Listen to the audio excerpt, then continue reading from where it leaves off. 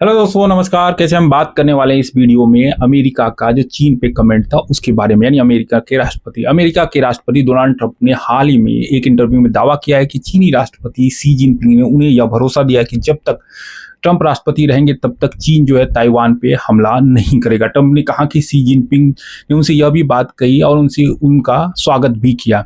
यह बात चीन को काफी बुरी लगी और चीन का रुख जो था वो काफी कड़ा था। इसी के टॉपिक पे आज हम बात करेंगे कि चीन और ताइवान के संबंध क्या है और अमेरिका क्यों हमेशा अपनी टांग अड़ाता रहता है, यानी उंगली करता रहता है, जो भी समझे।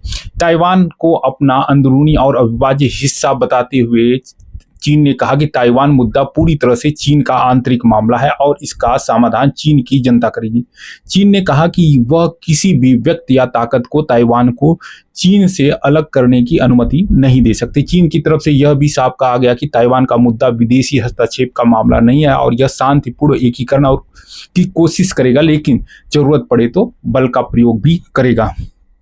ताइवान ने भी अमेरिका समर्थन पे जोर दिया क्योंकि ताइवान को अमेरिका की जरूरत है और क्षेत्र में शांति और स्थिरता बनाए रखने को महत्वपूर्ण माना। ताइवान ने कहा कि वह अमेरिका और अन्य महत्वपूर्ण देशों के साथ सहयोग करता रहेगा। ताइवान और चीन के बीच संबंध वर्तमान में अगर देखें तो थोड़े तनावपूर्ण है। अगर हम बात करें हाल फिलहाल की घटनाओं को तो 2025 तक यह विवाद कई दृष्टिकोणों से गहरा हो गया, जिसमें राजनीतिक हो, सैन्य हो, आर्थिक हो और अंतर्राष्ट्रीय राजनीतिक पहलू शामिल है। क्यों ऐसे हुए उसके बारे में हम आगे डिस्कस करेंगे। चीन ताइवान को अपना अविभाज्य हिस्सा मानता है और वन चाइना नीति के तहत इसे चीन के अंदरूनी मामले के रूप में देखता है। चीन के पास 2005 में अपनाया गया एंटी सेसेशन एक्ट भी है, जिसके तहत चीन ताइवान के अलगाववादी कदमों को सैन्य जवाब देने का अधिकार रखता है। ताइवान का वर्तमान नेतृत्व चीन के दबाव को अस्वीकार करता है और अपनी लोकतांत्रिक अलग पहचान को कायम रखने पर जोर देता है। ताइवान की सरकार वन चाइना कंसेशन को स्वीकार नहीं करता, जिसे चीन वन कंट्री टू सिस्टम का अंजाम मानता है। 2016 के बाद से ताइवान चीन संवाद में ठहराव आ गया। खासकर ताइवान राष्ट्रपति साई इंग वेन के चुनाव के बाद चीन के आधिकारिक संवाद भी रोक दिए गया और सैन्य अभ्यास भी बढ़ा दिया गया। हाल ही में चीन ने ताइवान के खिलाफ आर्थिक प्रतिबंध भी लगाए हैं। ताइवान ने अपने सैन्य तैयारियों को बढ़ाया, जिससे सैन्य सर्विस को अनिवार्य करना और अमेरिका व अन्य देशों के हथियार खरीदना शामिल है। चीन ने भी ताइवान के आसपास अपनी सैन्य ताकत जमाई रखनी शुरू कर दी है। अगर हम बात करें बाकी देशों की तो अमेरिका, जापान, ऑस्ट्रेलिया जैसे देशों ने ताइवान की रक्षा के लिए समर्थन बढ़ाया है। अमेरिका का ताइवान संबंध अधिनियम ताइवान को सुरक्षा सहायता देने में अहम है। हालांकि अमेरिका वन चाइना पॉलिसी को भी मानता है। यह है अमेरिका का दोगलापन।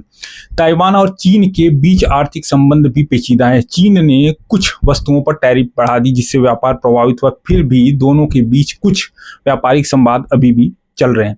अगर हम बात करें 2025 में ताइवान ने एक चीनी क्रू वाले जहाज के कप्तान को समुद्री केबल को नुकसान पहुंचाने के आरोप में गिरफ्तार किया, जो कि बहुत ही इंपॉर्टेंट कूटनीतिक पॉलिटिकल घटना थी।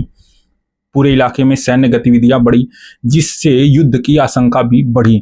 चीनी यानी पीपल लिबरेशन आर्मी ने कई बार ताइवान के आसपास बड़े सैन्य अभ्यास भी किए, डराने की कोशिश की। ताइवान के निवासियों में अपना अलग ताइवान पहचान को लेकर जन अभिमान मजबूत हुआ है। अब अधिकांश लोग खुद को ताइवानीज मानते हैं, न कि केवल चीनी यानी चाइनीज नहीं मानते। संक्षेप में ताइवान के रिश्ते एक ऐसे जटिल जिसमें सुरक्षा, अर्थव्यवस्था और वैश्विक राजनीति को प्रभाव करता है। इसी परिस्थितियों में वैश्विक शक्तियां और क्षेत्रीय देश भी गहराइयों से जुड़े हैं। वर्तमान में मुद्दा शांतिपूर्ण संवाद से सुलझने की कोशिश सीमित है और तनाव काफी बढ़ सकता है। अगर हम संक्षेप में बात करें तो ट्रंप के इस बयान पर चीन ने गहरी नाराजगी जताई और अपने आंतरिक मामलों में हस्तक्षेप करने से मना किया, जबकि ताइवान को लेकर अमेरिका चीन के बीच पहले से ही संवेदनशील राजनीति जारी है। चीन ताइवान को अपना हिस्सा मानता है और किसी को भी इसके अलगाव की मंजूरी नहीं देगा।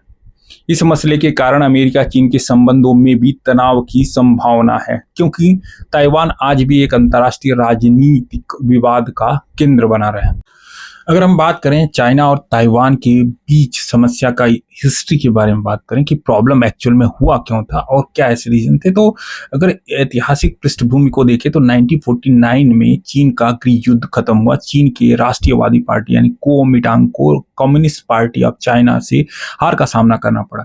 हारने के बाद राष्ट्रवादी नेता ताओ काई शेक और उनके समर्थक ताइवान चले गए और वहां अपना शासक स्थापित किया। ताइवान पर राष्ट्रवादियों का कब्जा।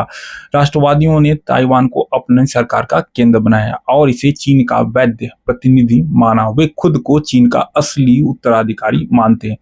चीन में कम्युनिस्ट पार्टी की स्थापना मुख्य भूमि चीन के कम्युनिस्ट पार्टी ने People's Republic of China PRC की स्थापना की और खुद को चीन का एकमात्र सरकार घोषित कर दिया। एक चीन नीति पीआरसी ने घोषणा की कि ताइवान उसके हिस्से के रूप में और उसे अधिकतर देशों में चीन का ही हिस्सा माना जाता है। ताइवान को अंतर्राष्ट्रीय स्तर पर लगभग किसी भी प्रमुख देश द्वारा स्वतंत्र राष्ट्र नहीं माना जाता। यहाँ के अमेरिका भी ताइवान का अलग शासन। ताइवान ने अपनी स्वतंत्र सरकार, संविधान, न्यायपालिका और सशस्त्र बल बनाए। कई दशकों तक ताइवान और चीन के बीच कोई आधिकारिक संपर्क या बातचीत नहीं हुई। वर्तमान तनाव की अगर हम बात करें, 21वीं सदी में चीन ने ताइवान के खिलाफ सैन्य और राजनीतिक दबाव बढ़ा दिया। ताइवान खुद को स्वतंत्र देश के रूप में देखता है और अमेरिका समेत अन्य देशों से उसके समर्थन की उम्मीद करता है। अगर हम बात करें ताइवान की स्थिति वैश्विक राजनीति और सुरक्षा के लिए महत्वपूर्ण है, क्योंकि अमेरिका और चीन दोनों इस मामले को अपने हितों से जोड़ते हैं। इसलिए चीन ताइवान विवाद का इतिहास लगभग 75 वर्ष पुराना है, जो चीन के गृह युद्ध की हार के बाद शुरू हुआ और आज तक जारी है, जिसमें दोनों पक्षों की अलग अलग आकांक्षाएं आपस में टकराती रहती हैं। अगर ओवरऑल देखा जाए, पूरा अगर इसका कंक्लूजन देखा जाए, तो इसलिए चाइना ने ट्रंप को जो उन्होंने बोला था उसके अगेंस्ट हैं और वो क्योंकि अपना हिस्सा मानते हैं ताइवान को, इसलिए वो नहीं चाहते कि कोई भी बाहरी देश जो है ताइवान का सपोर्ट करे, ताइवान के बारे में बात रखे या ताइवान को एक अलग देश माने। अब बहुत सारे ऐसे देशों की बात कर सकते हैं। ताइवान जैसा ही सिचुएशन है। अगर इजराइल की हम बात करें तो वहां पे भी आप देख सकते हैं सेम सिचुएशन है, जहां गाजा पे इजराइल भी अपना हक जताता है और मैक्सिमम एरिया कब्जा करता है। तो ऐसा नहीं कि चाइना ताइवान के साथ ऐसा है, क्योंकि देखिए जो पहले राष्ट्रवादी नेता थे वो पहले चाइना के ही शासक थे और उनको हटा के जो वहां के पीपल पार्टी थी उन्होंने कब्जा किया और इनको बाहर का रास्ता दिखा दिया और तभी से दोनों में आपस में जमती नहीं है। ये है इनकी ऐतिहासिक पृष्ठभूमि। आई होप ये वीडियो आपको पसंद आई, समझ में आई और मैंने समझाने की जो कोशिश की। अगर आपको ये वीडियो पसंद आई तो लाइक करें, सब्सक्राइब करें और शेयर भी करें, जिससे कि बाकी लोगों को भी ये समझ में आए कि जो हम बात करते हैं कि यार ट्रंप ने ये कह दिया, ट्रंप ने वो कह दिया, ट्रंप को अब धीरे धीरे लोग सीरियसली लेना नहीं पसंद करेंगे, क्योंकि सबको पता है कि 3 साल बाद दोबारा ट्रंप नहीं आने वाले हैं।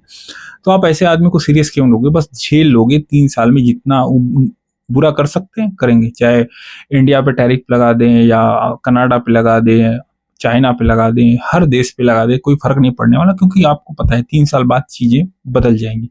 चलिए मिलते हैं नेक्स्ट वीडियो में, तब तक के लिए जय हिंद, जय भारत।